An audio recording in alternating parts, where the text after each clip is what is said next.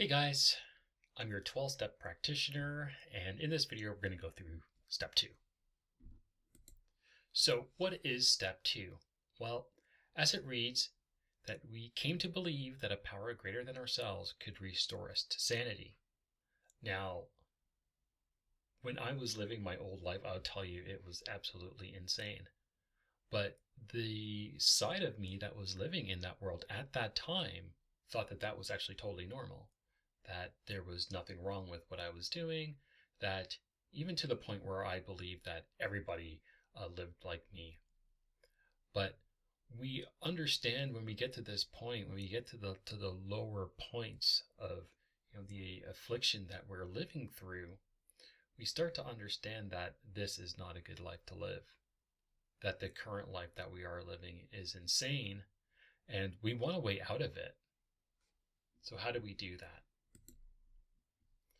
Well, as the step reads and how the literature is read, we have this acknowledgement that there's a higher power. And we talked about it in step 1. In the step 1 video, if you haven't watched it, I would recommend that you watch that video, because all these steps are in succession, and there's an admission and a thorough cleansing of ourselves as we go through each of these steps. So, a higher power, realizing our limitations as humans, right? We can't control everything. We've tried that. It doesn't work. It causes more harm than good. People are affected by the actions that we do. An openness to help, being open to receiving the help, coming to yourself and realizing that you can't do this thing on your own, that you need people around you to help you through it. You need that support system. It's sometimes it's like a humbling of ourselves to the fact that we know that there's that we're dealing with things and we need a community, right? And in the beginning, I know for myself, there wasn't very many people around. Not very many people at my lowest point wanted to really be around me. But what can we look to when we feel that we have no one else, right? And this is a higher power. It's something that is all around us, that fills us with joy. It's that sense that there's something there when there's when it, like, the natural sense doesn't see anything. That is a higher power. And if you are still trying to understand this part, then the easiest way to understand it is that it's just a power that's greater than our own power.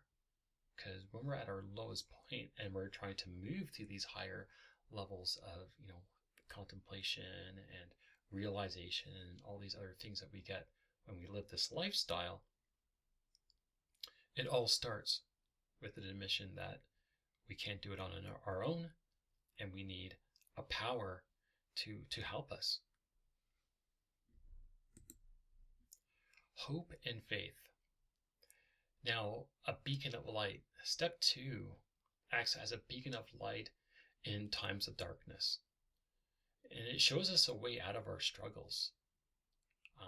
And this also comes back into why we need to find a higher power, or we need to tap into this power when we are feeling that we're struggling and we can't do it anymore, or that next bill is going to drive you mad, or that next use of whatever that affliction of choice may be.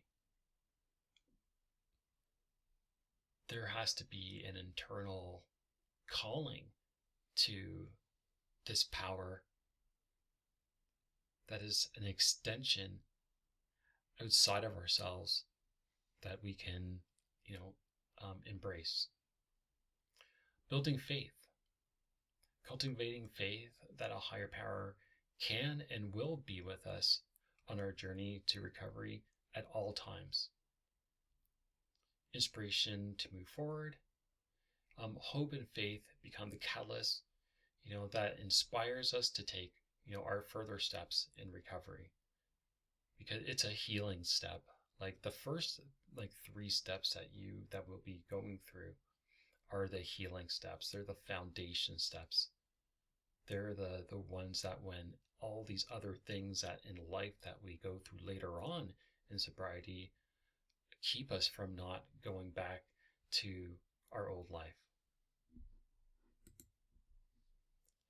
And funny enough, building a foundation for our recovery, stability and support. So with a belief in a higher power, we are not alone. And even if human, contact is not around us, we are still not alone. And that's a powerful thing to have. It's an amazing strength that is gained by laying the foundation of step 2. A guiding force.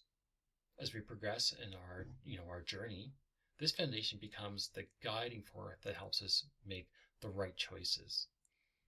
Because if we're not cocooned in this life, we still go out, we still work, we're still in situations where, the triggers and things that, get us in the mood to think about doing the things that we do are still basically out there.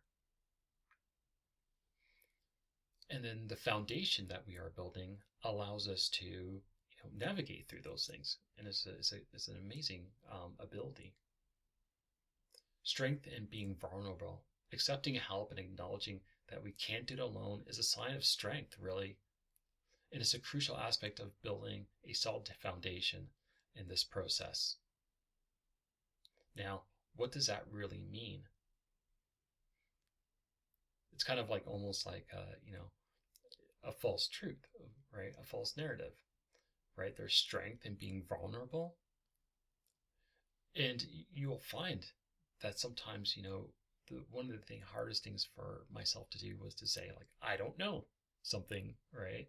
I always wanted to, have that kind of, thought, or just to ask for help, and to say that you're struggling, right? That you need a helping hand. That vulnerability actually builds you up in strength because you're not holding it in anymore. There's power to letting things go.